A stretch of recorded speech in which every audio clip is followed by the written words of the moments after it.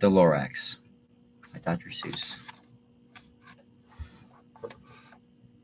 At the end of town, where the grickle grass grows, and the wind smells slow and sour when it blows, and no bird ever sings except old crows, is the street of the lifted Lorax.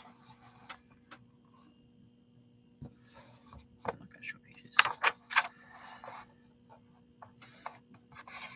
And deep in the grickle grass, some people say, if you look deep enough, you can still see today where the Lorax once stood, just as long as it could, before somebody lifted the Lorax away.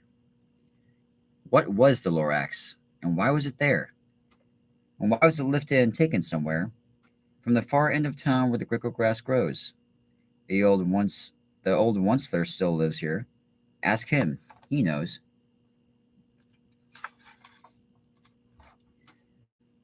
You won't see the onceler. Don't knock at his door. He stays in his lurkin on top of his store. He lurks in his lurkin, cold under the roof, where he makes his own clothes out of muffed moof. And on special tank midnights in August, he peeks out of the shutters, and sometimes he speaks, and tells of how the Lorax was lifted away. He'll tell you, perhaps, if you're willing to pay.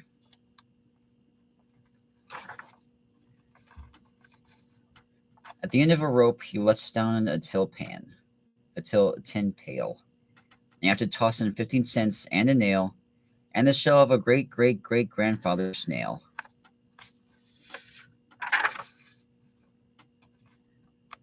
And then he pulls up the pail, makes most careful count to see if you've paid him the proper amount. Then he hides what you've paid him away in his snub, his secret strange hole in his grovelous glove. I'll call you by whispermaphone, for the secrets I tell you are for your ears alone. Slup, down slups the whispermaphone to your ear, and the old monster's whispers are not very clear, since they have to come down through a snarkly hose, and he sounds as if he had smallish bees up his nose. Now I'll tell you, he says, with his teeth sounding gray, how the Lorax got lifted and taken away. And it all started way back such a long, long time ago. Whoa. Way back in the days when the grass was still green, and the pond was still wet, and the clouds were still clean, and the song of the swummy swans rang in the space, one morning I came to this place. And I first saw the trees, the truffulous trees, the bright-colored tufts of the trufflet trees, mile after mile in the fresh morning breeze. And under the trees I saw brown barbaloots frisking about in their barbaloot suits as they played in the shade and ate truffula fruits. From the rippleless pond came the comfortable sound of the humming fish humming while splashing around. But those trees, those truffula trees, all my life I've been searching for trees such as these. The touch of their tufts was much softer than silk, and they had the sweet smell of fresh, buttery milk. I felt a great leaping of joy in my heart. I knew just what I had to do. I unloaded my cart. In no time at all, I built a small shop, and I chopped down a truffula tree with one chop. And with great skillful skill and with great speedy speed, I took the soft tuft and I knitted a thneed. The instant I finished, I heard a gazump. I looked. I saw something pop out of a stump of the tree I chopped down. It was sort of a man. Describe him? That's hard. I don't know if I can. He was shortish and oldish and brownish and mossy, and he spoke with a voice that was sharpish and bossy. Mister, he said with a sawdusty sneeze, I am the Lorax. I speak for the trees. I speak for the trees have no tongues, and I'm asking you, sir, at the top of my lungs. He was very upset as he shouted and puffed, What's that thing you've made out of my truffula tuft? Look, Lorax, I said, there's no cause for alarm. I chopped just one tree. I'm doing no harm. I'm being quite useful. This thing is a thneed. A thneed's a fine thing that's something that all people need. It's a shirt, it's a sock, it's a glove, it's a hat. But it has other uses, yes, far beyond that. You can use it for carpets, for pillows, for sheets, or curtains, or covers for bicycle seats. The Lorax said, Sir, you're crazy with greed. There's no one on earth who would buy that fool thneed. But the very next minute, I proved he was wrong. For just that minute, a chap came along, and he thought that the thneed I had knitted was great. He happily bought it for $30.98. I laughed at the thorax. You poor stupid guy. You never can tell what some people will buy. I repeat, cried the Lorax, I speak for the trees. I'm busy, I told him. Shut up, if you please. I rushed across the phone, and in no time at all, I built a radio phone. I put in a quick call. I called all my brothers and uncles and aunts, and I said, Listen here, here's a wonderful chance for the whole Onceler family to get mighty rich. Get over here fast. Take the road to North Nitch. Turn left at Wilhawken. Sharp right at South Stitch. And in no time at all, in the factory I built the... Oh, did I skip a page? No. And in no time at all, in the factory I built, the whole Onceler family was working full tilt. We were all knitting thneeds just as busy bees to the sound of the chopping of truffle trees. Then, oh baby, oh, how my business grew. Now, chopping one tree at a time was just too slow. So I quickly invented my super axe hacker, which whacked off 4 truffle trees at one smacker. We were making thneeds 4 times as fast as before, and that Lorax, he didn't show up anymore. But the next week, he knocked on my new office door. He snapped, I'm the Lorax who speaks for the trees, which you seem to be chopping as fast as you please.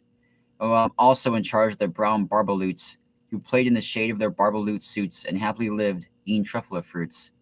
Now, thanks to your hacking of my trees to the ground, there's not enough truffle fruit to go around. And my poor barbaloots are all getting the crummies because they have gas and no food in their tummies. They loved living here, but I can't let them stay. They have to find food. I hope that they may. Good luck, boys, he cried, and he sent them away. I, the Onceler, felt sad as I watched them go. But business is business, and business must grow, regardless of crummies and tummies, you know. Wow. I meant no harm. I most truly did not. But I had to grow bigger, so bigger I got. I biggered my company. I biggered my roads. I biggered my wagons. I biggered the loads.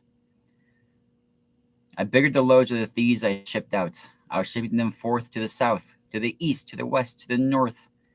I went right on biggering, selling more needs. And I biggered my money, which everyone needs.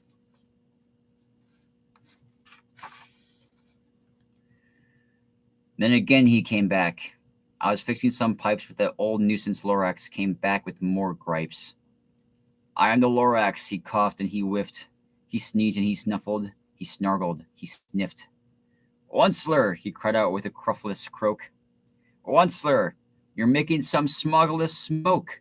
My poor swummy swans. Why, they can't sing a note. No one can sing who has smog in their throat. And so, said the Lorax, please pardon my cough. They cannot live here, so I'm sending them off. Where will they go? I don't hopefully know. They may have to fly for a month or a year to escape from the smog you smogged up around here. What's more, snapped the Lorax, his dander was up, let me say a few words about Gluppity Glup. Your machinery chugs on day and night without stop, making Gluppity Glup. Also Schloppity Schlop. And what do you do with this leftover goo? I'll show you, you dirty old Onceler man, you. You're glumping the pond where the humming fish hummed.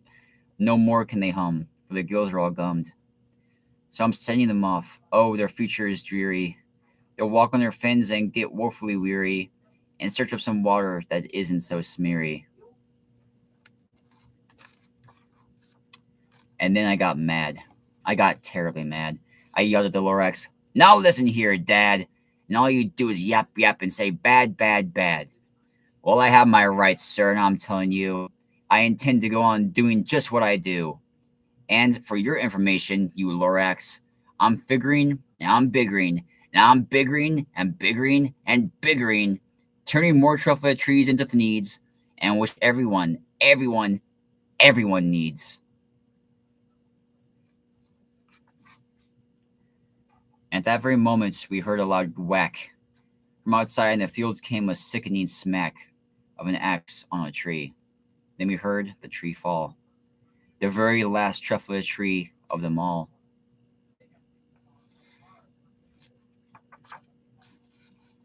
No more trees, no more needs, no more work to be done. So, in no time, my uncles and aunts, everyone, all waved me goodbye. They jumped into my cars and drove away under the smoke smuggered stars. Now, all that was left beneath the bad smelling sky was my big empty factory, the Lorax, and I. The Lorax said nothing, just gave me a glance. Just gave me a very sad, sad, backward glance. As he lifted himself by the seat of his pants, and I'll never forget the grim look on his face when he hoisted himself up and took leave of this place. Through a hole in the smog without leaving a trace. And all that the Lorax left here is this mess with the small pile of rocks with the one word, unless. Whatever that meant, well, I just couldn't guess. That was long, long ago. But each day since that day, I've sat here and worried away. Through the years, while my buildings have fallen apart, I've worried about it with all my heart. But now, says the Onceler, now that you're here, the word of the Lorax seems perfectly clear. Unless someone like you cares a whole awful lot, nothing is going to get better. It's not.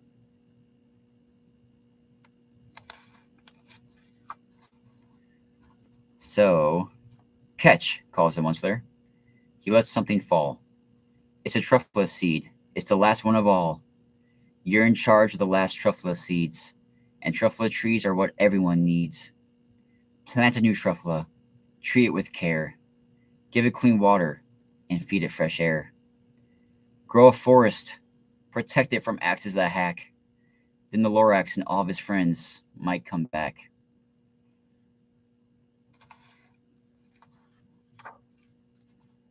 And that was the Lorax.